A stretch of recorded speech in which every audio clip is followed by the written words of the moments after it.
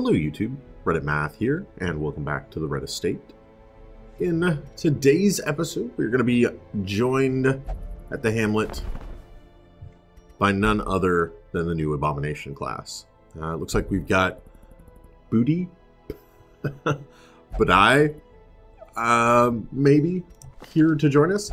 He is a lurker who enjoys the darkness and also afraid of the wield. Now, I don't entirely understand why, truth be told, but or why they did it quite this way. But the Abomination class comes with all of the skills unlocked, and maybe this will all make sense to me in just a second. But the kind of crux of the class is their transformation from human to beast, and I think you start with like maybe just these 3 abilities are usable. And then after the transformation, these 3 become available. Maybe that's why there are no skills to unlock. It does mean leveling up all of the skills, which is kind of a departure for us, at least, here at the Red Estate. But we can adapt. We can overcome. The character's got kind of middle of the road. I'm going to be comparing him to the other recruits. So it's like middle of the road HP, less than a man-at-arms, but more than a grave robber. Middle of the road dodge. Pretty good speed, because I think the grave robber's speed is actually quite high. Yeah, speed is the same as a jester. There's no accuracy modifier on anybody at level 0. Crit is 2.5, which is actually kind of terrible. Yeah, okay. Lowest crit chance possible. And then damage is 7 to 14. And that is leper damage. Okay, so very, very high. Accuracy base 80, 90. Okay, so let's take a quick look. 80, 95, 90. So really not that inaccurate though, like compared to the leper, who's like starting chop is at 65. So very high damage. Doesn't have quite the same like HP tankiness. A little bit more glass cannon, perhaps. When he goes into beast mode, he's also gaining a damage buff there. So he is by far the highest damage character. Also comes with a self stress heal and HP heal. And then in beast mode he has rake, which is sort of a self buffing thing. Okay. Rage and slam for a move forward and a knockback. Okay. How I wish the leper had something like that. That would make him so much better, in my opinion. And then, like, quick comparison of resistances. Very high blight resist. Subpar. Everything else is what it looks like. Well, like middle of the road, I guess, for most of these things. The only really notable exception being his blight resistance. Everything else is more or less in line. He's not much of a trap disarmor, 10%, but we can make do with that. Okay, and then what are his camp skills? Let's check that out really quick. So he started with pep talk, anger management, increases his own stress, reduces everybody else's. Eldritch blood increases resistances. He also has the quickening for a self speed up, psych up for a self damage up. He's got wound care and encourage. Okay. All right, and obviously very much prefers being up front. Very much hits the enemy up front. I think that's going to be the Abomination in a nutshell. Tortured and reclusive. This man is more dangerous than he seems. All right. Now, oh, there's one other thing. We're not going to get this, but I did notice in checking out the Nomad Wagon, This trinket was also available. The very rare restraining padlock. So it would reduce the stress being done by transforming. Basically, transforming into beast mode stresses out the party, and the restraining padlock can reduce that a little bit. So that's something maybe to look forward to. We're not going to have the 12,000 gold to spend on that right now, though, so we're not worried about that too much. I do need to get our newfound friend here equipped with a few trinkets. So let's just do rarity since we don't have any class specific. And what do we want to do here? I think a stress, like, you know what? The Book of Sanity actually might make a lot of sense for him. He's going to be stressing himself and the rest of the party out. At least we can keep him sane. And then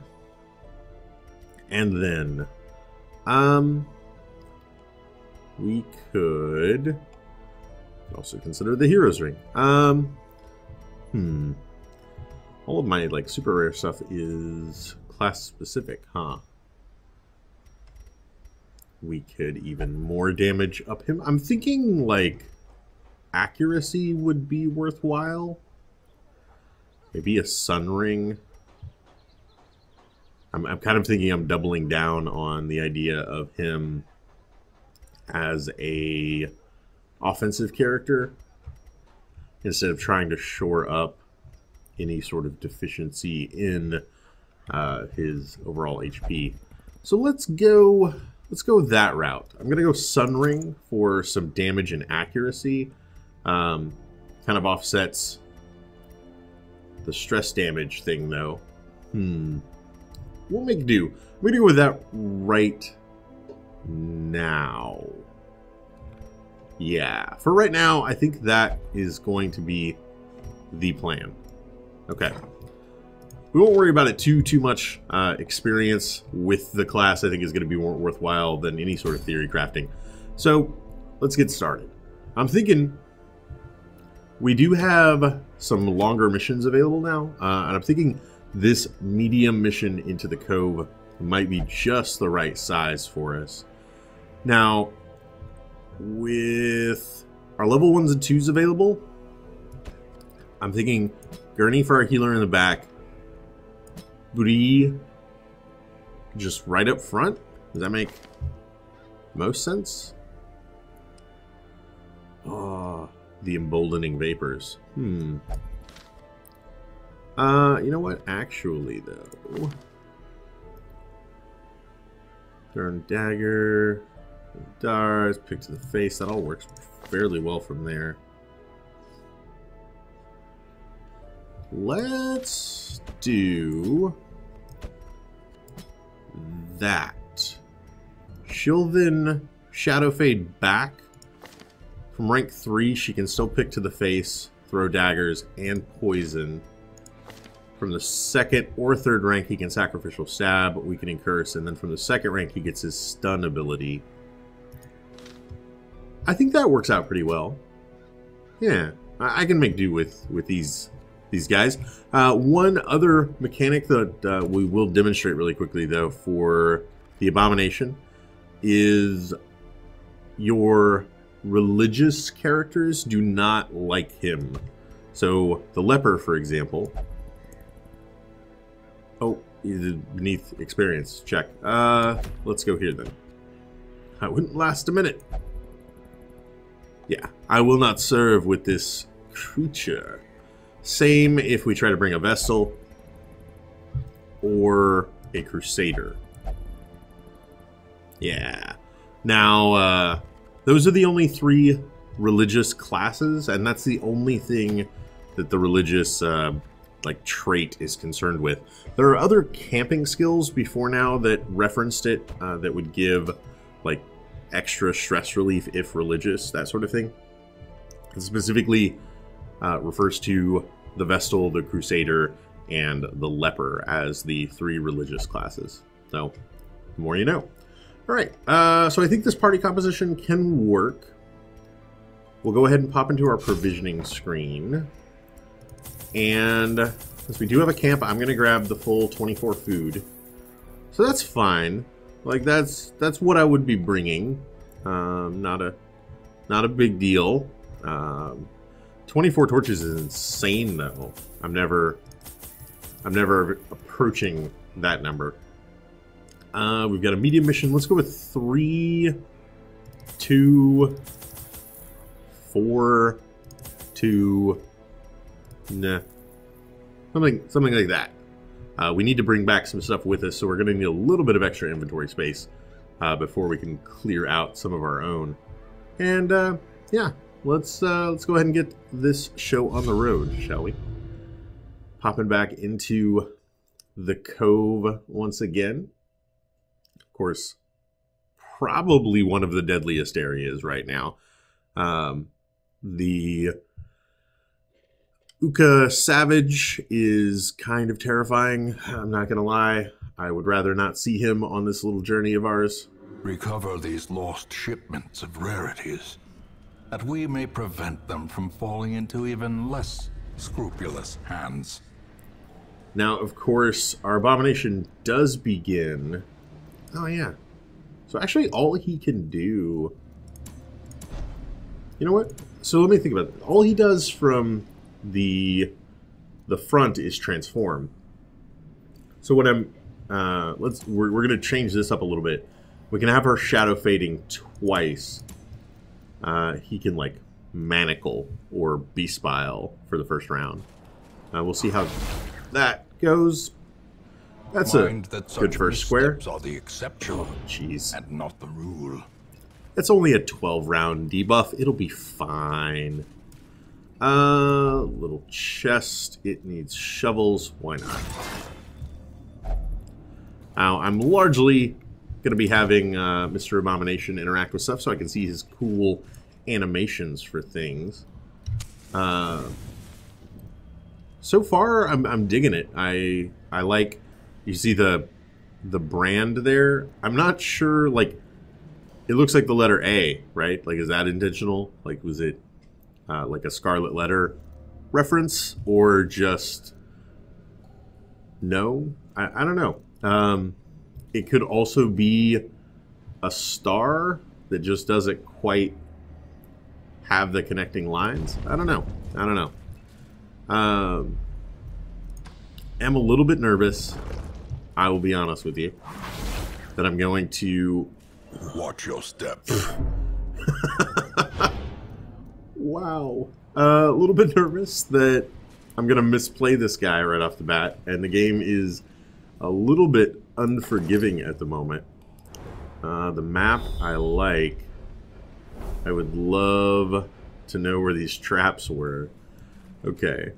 So we do have a hallway fight going north and a hallway fight immediately followed by a room battle going south. But we're going to head north first. We're looking, of course, for the relics, so they can be anywhere. We need to check out every nook and cranny for them. And let's see. I'm going to waste a little bit of torchlight there. The way is lit. The path is clear. We require only the strength to follow it. Cool battle pose. He's got his chain there as his primary weapon. I can dig that. Now, since she acted first, let's just do it. We're gonna go all the way. So all he'd be able to do from the front is stress heal or transform. Well, let's go ahead and see his transformation.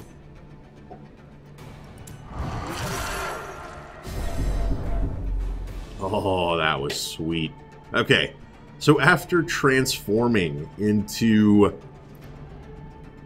this, like a very, it's like a goat werewolf kind of thing. Obviously very demonic, cloven hoof style. But he does still get his action. Okay, like I'm a little awestruck for a moment. Chains break off. He still has his action available. Rage is, let's look at the damage. So 6 to 11, 1 to 3. 9 to 18, 2 to 4. All right, I'm thinking we rake. I kind of want to see what rake does if you just build it up over and over again. We get spearfished. Ugh. That negative 20 dodge is actually really kind of painful on a character that is quite dodge-centric when it comes to his ability to absorb damage. Oh, down to 1. I feel like killing this is worthwhile, though. Continue the onslaught.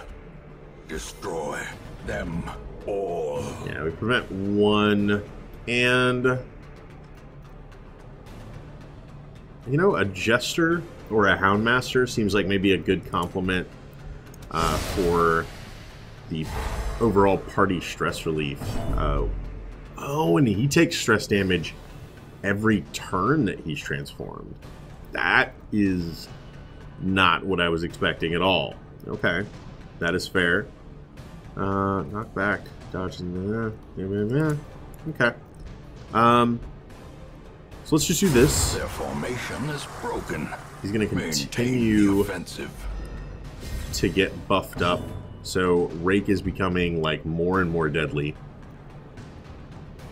Okay. And I think confidence we're surges as the enemy easily going to dispatch him. This expedition at least promises success. And then at the end of combat, he automatically transforms back. It looks like he took the speed debuff at that time.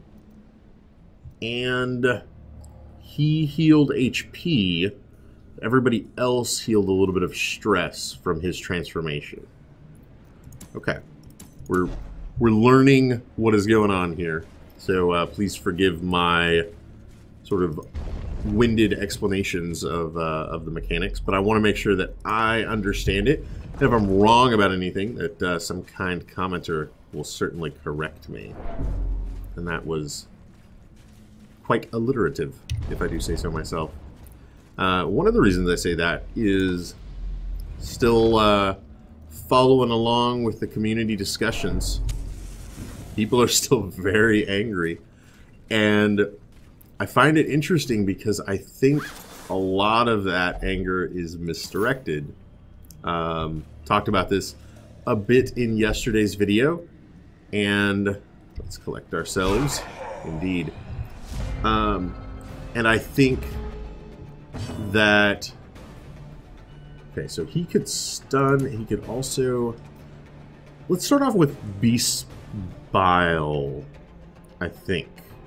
2 Blight, it'll do 6 total.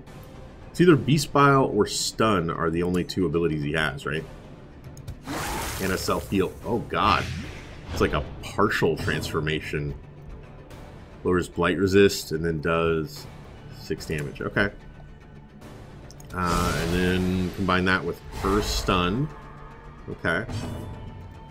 Combine that with actually... let's kick this off with getting this Fusilier up front and personal. And then we could lay a bolt right into his heart. Naturally. Rush shot. Not such a big deal. He's stunned. Good, good. I think that was a good first round. Now, as I talked about a bit yesterday, I really do think a lot of it is a fundamental misunderstanding of some of the mechanics that are going on. It's unfortunate that that stun did not land. But we are going to go ahead and transform. Ooh, I like it. Now, Rake doesn't seem to make as much sense considering we only have like the one large guy right here, right? Like, why do 6 to 11 when you can do 9 to 18? So I'm going to go ahead and go with that. 13's not bad. We'll put another... oh, this is very likely to kill. His stun can hit that. I'll tell you what, I'm going to sniper shot here. I really wish our occultist would have acted first. Oh man, I really wish our occultist would have acted first. Okay, it was fine. Yeah, exactly what he said. Oh, that was very unfortunate. As the feed but falls, it's okay. faint hope blossoms. So yeah, the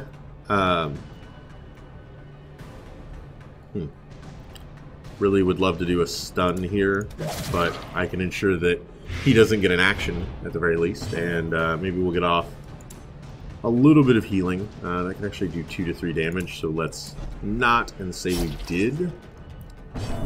And then can have him bandage, transform back. Everybody, yeah, and all of the things happen. Then we could do absolution. Okay, that works out. Size has no intrinsic merit, unless inordinate exsanguination be considered a virtue. So what I've been seeing in the community discussion is a lot of people outraged over how the stalling mechanics are working, but I'm seeing a lot of people making some incorrect assumptions about how those mechanics work.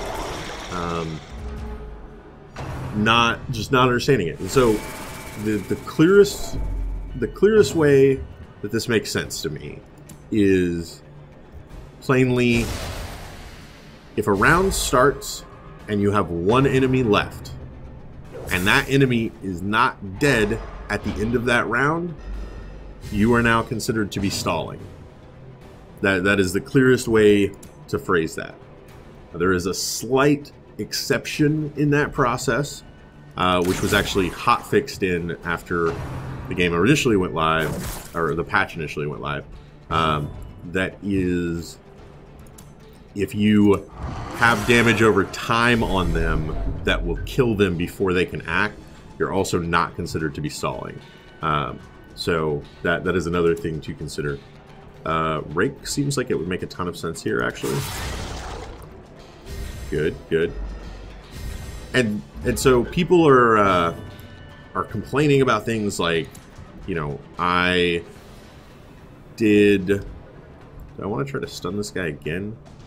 Stun resist is actually not that high, so probably, especially considering the occult. Oh man, didn't get it. Oh, and the heal. Oh, how come they don't get stalling penalties, right? Like, you know, we're just toying with this party of adventurers. We should really kill them already. People are getting frustrated because they're getting stalling penalties, like in the beginning of round 3. And they're like, how can I be stalling at round 3? And you're not. Like, the reason you're stalling is unrelated to what turn we're in or any of that kind of stuff. I'm thinking about this. What do I... Oh, that'll probably be able to kill him. So, you know what? We're going to sacrificial stab. We didn't get the crit that time. It had been fairly consistent with doing it before. And I'm actually going to just bandage. Yeah. Of course, with the guard. Wouldn't mind you dying already. That can get a kill, though. The other thing that I think people are kind of misinterpreting is the idea crit for 2. Oh, less haha. He actually got stunned. Oh, man. Okay, that's fine. 5's not bad, considering he's at 58% protection. Okay. So yeah, other things that I think people are sort of misinterpreting here are that they feel like they're being punished, not because they're stalling, but because they were too weak to complete the battle.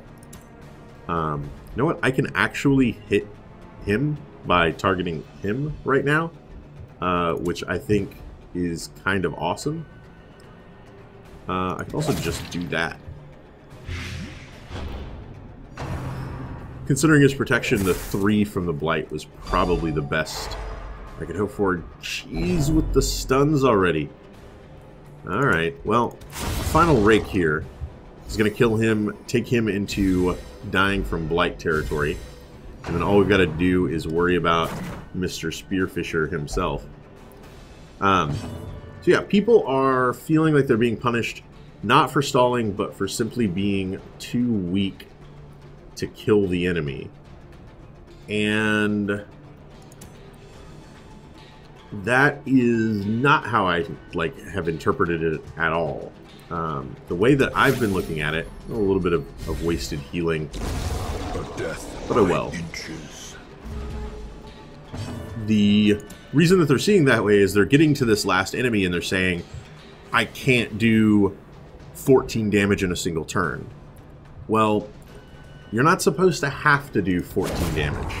You're supposed to have to do 5 damage. And what is the misstep there? Horrors, brought low and driven into the mud.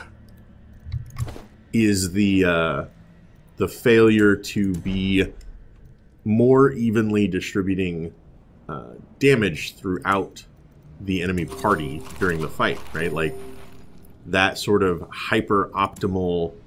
I should be. We'll just go ahead and open this. I should be targeting a single target and eliminating it first so that I get it out of the fight and then I move on. That stopped being the best decision to make. Because if you end up with that final enemy that you can't kill all in one burst, and keep in mind, like, when you say kill him in one turn, you could have party members that get stunned, you could have party members that are going to miss, the enemy could dodge.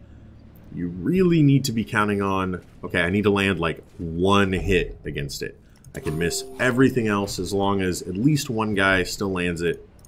With only 2 shovels, I think I'm going to pass, actually. That's kind of where you need to be, is planning on that final enemy being weak enough that it's a foregone conclusion that it dies instantly. So usually that means keeping alive the second to last enemy. Like, that's the thing you're focusing on, is when to kill that second guy. That second to last guy, really. That's now a decision that you have to pay more attention to. You don't just burn down everybody and then when one guy is left alive, that's when you stop and reconsider things. I did not reposition them, which was kind of silly. But this guy has to die before turn 2. That stress wave is actually kind of unfortunate.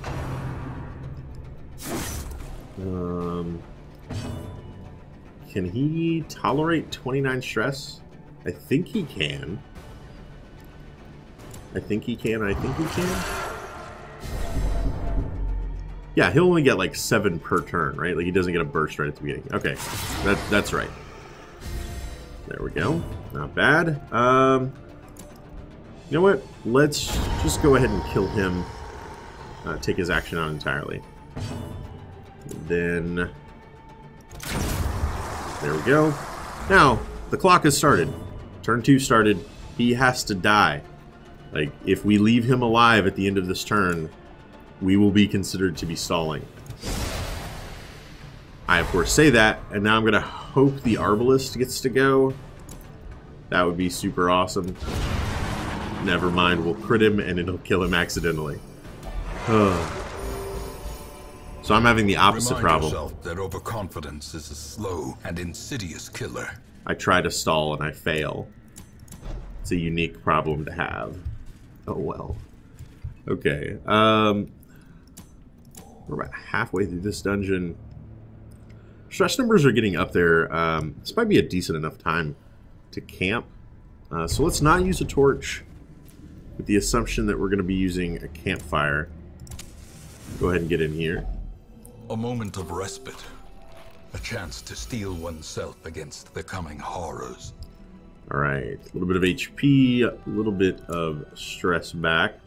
And then, nobody really needs that much healing. She could restring, actually reset her with wound care. I don't know if I did that on camera or not, but I thought it was more thematically appropriate than marching plan on Gurney, our healing arbalist. So yeah, that's the thing that we do now.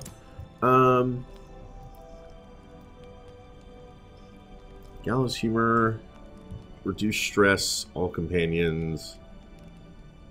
Why not? That's why not. Apparently the Abomination does not have a sense of humor at all. Okay, so let's focus a little bit here on bringing his stress down, which we have no ability to do. Encourage is the only real option there. That didn't exactly work out the way I had planned. All right, that's fine. Well, I'll tell you what, we'll night moves and restring crossbow. Maybe not the most efficient campfire we've ever had, but it is something. Things are going according to plan. I'm glad to hear that. The Abomination is feeling strong. The promise of safety. All right, we can keep rolling here. Okay, Wield Phobe's really not that bad. Tark Temptation is actually quite awful. But it's not locked. Claustrophobia is locked. Let's go ahead and take that off of her just for the cost savings benefit. Profound healing qualities. Okay. Well, let's get a move on. Let's go. Alright. Torchlight and in we go. Empty. Interesting. There is our improved scouting chance working for us. I'm loving that. So far, so good. The medium mission. Mariner. Another misfortune. Seems about where I'd want it to be. I'm noticing I am coming out of these dungeons with a lot more stress. It's not quite... I'm getting a resolution check every time I go in, but it's not quite to the point where I can just dismiss it. I think the healing stress over time in town mechanic introduced last patch is going to help with that, but it means that you want characters taking 4 or 5 weeks kind of off in between their dungeon runs, which is not impossible. We've got a roster of 25. We only need 4 of them at a time. It is certainly doable. So we can go ahead and transform here without too much danger. And then anybody we want to kill right away, I think Rake is still the right choice for the damage buff from just excessively doing it. And then that works.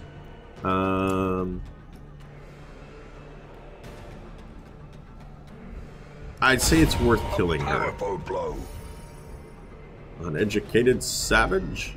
Alright, so we will take 1 shot from the grouper. Please dodge. Oh, not from the grouper. Sorry. The cultist. We did not manage to dodge. Very minor bleed. I did bring like 101 bandages though, so why not go ahead and take care of that. Stun resist is now at 90. So let's just soften him a bit. Combine that then with another rake. Easy peasy.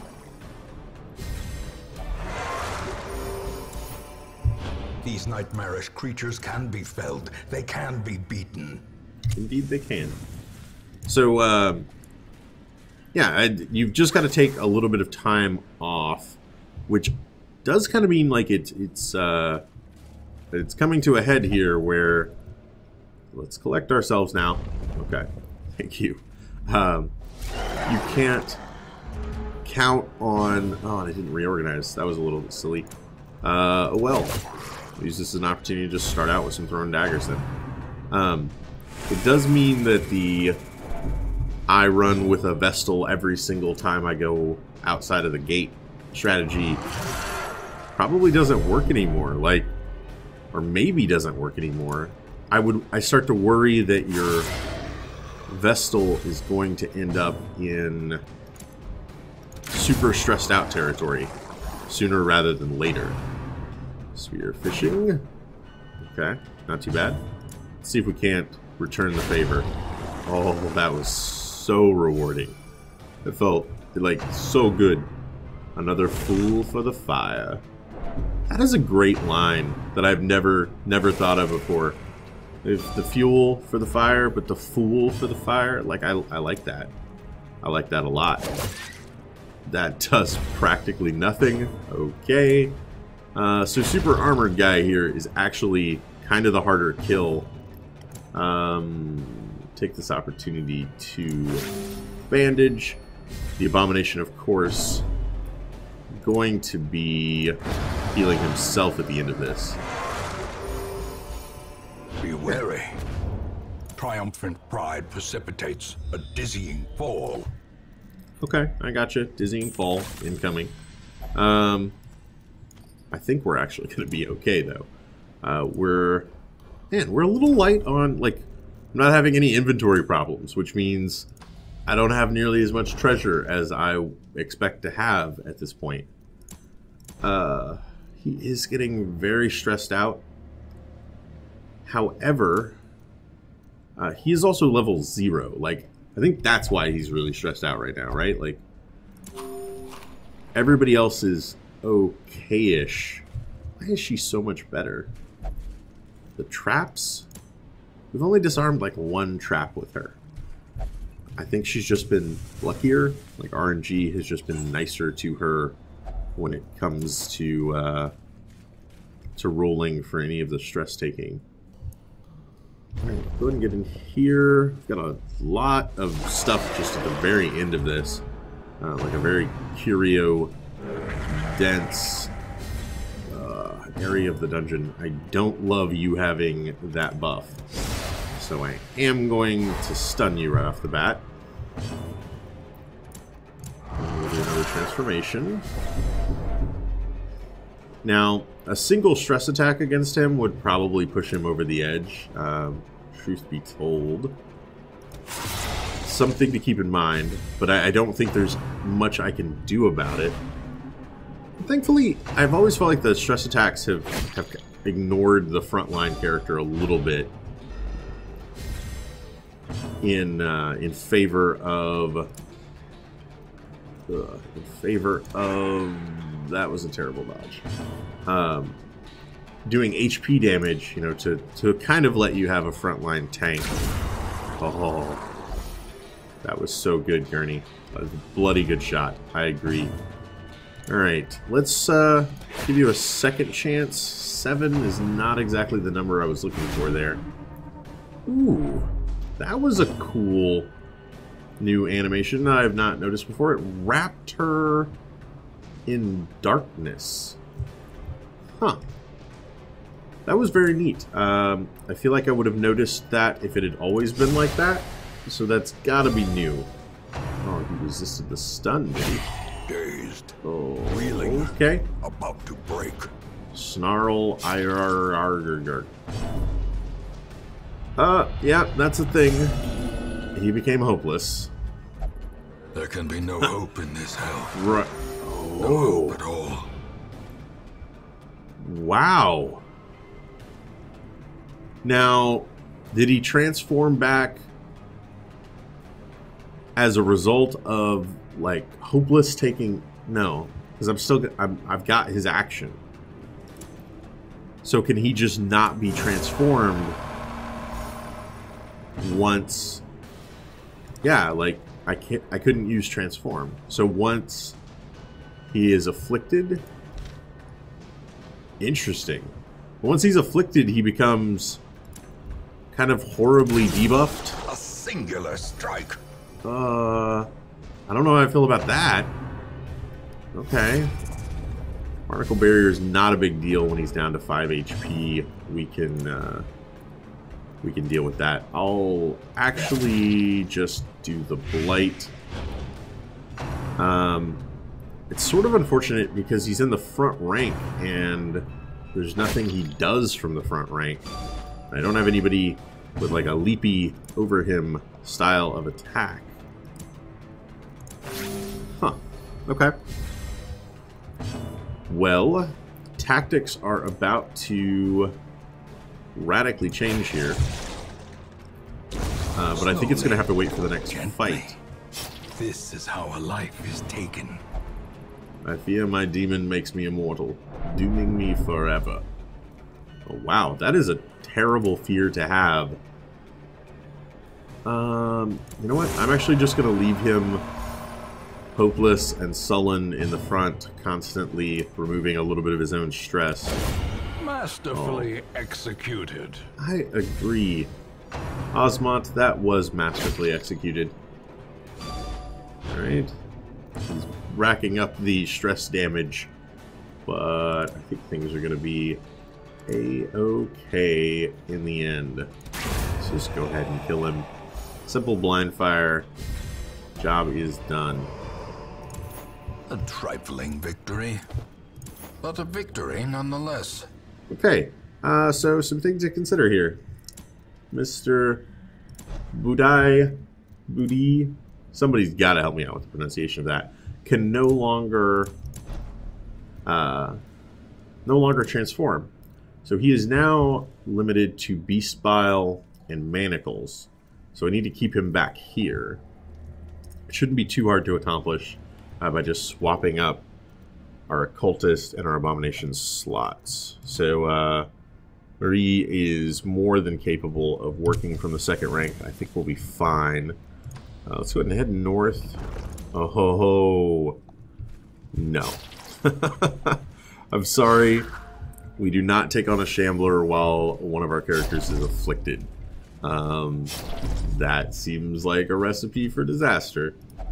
Brackish Tide Pool is what exactly? Is Antivenom. I brought Antivenom. Probably specifically for this curio. I think it might be the only thing that Antivenom even does down here. Well, that's unfortunate. That means is our final objective right here. Okay. We surprised them. That may prove quite useful. I'm actually just going to keep her up here. We'll lead off with a little bit of damage. Here, take me, please. Oh, please don't mark yourself. I don't love that. Ugh. We get the partial transformation there. And then 12 is 12 enough.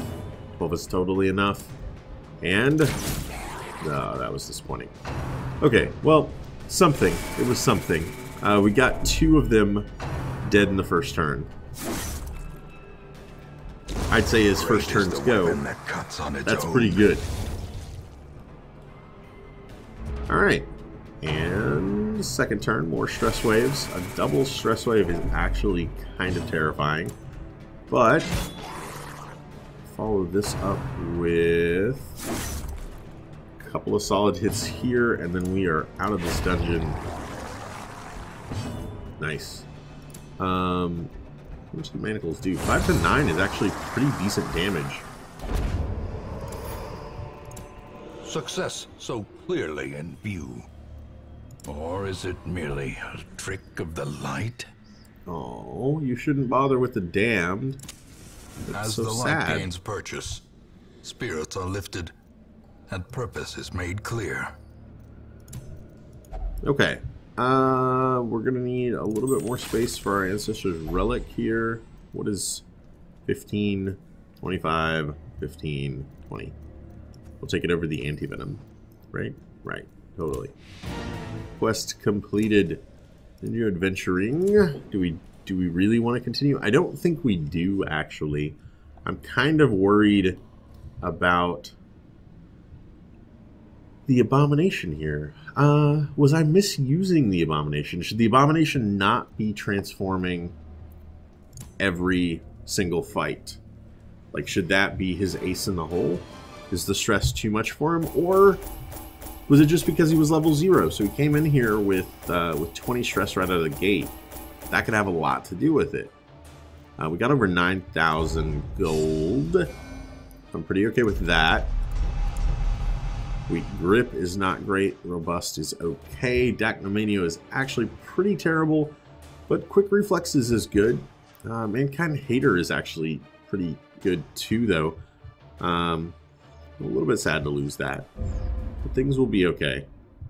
Of course, Mankind Hater... In time, you will know the tragic extent of my failings. On our healing Arbalist may be less important overall. So, we had 2 level ups. Gurney to level 3.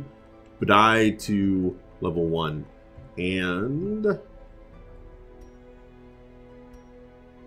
we removed Soft. We reinforced Second Wind. And removed a disease from Neville. Alright. Pretty decent. However, it's been a while since our stress in the Hamlet has actually looked like this, right? Like, so I only sent Poussin was the only character to relieve any stress last week, and it was because his was just so high. But other characters I've just kind of been letting do their thing and take off a little bit each week. But it'll be 7 weeks, right? Like, it's only 5 per week. Certainly Budi here needs a little bit of help. I don't think I can just let him continue to be afflicted, so he's probably going to see some stress relief. I know we have a full roster, but I just wanted to check. I wanted to see if there were actually any other cool... So that's actually, this is the default. I think I kind of like that one. Like a more, the skin tone looks a little bit more inhuman to me. Like kind of sickly, ashen. Yeah. Okay. Also, he was carrying a Book of Sanity and he still got stressed out. I just realized that. Okay. But he also had a... everything is just balanced out. I would love to hear your opinion. You know, do you think the Abomination should stay in his human form most of the time? Should bringing out the demon be a rarity or a special occasion? I'd love to hear your comments below. Alright guys, that's going to do it for this episode. I hope you enjoyed it. If you did, feel free to subscribe for more on the channel every single day. Leave a like or a comment if you have anything to say about this or any of my other episodes, and I will catch you guys next time.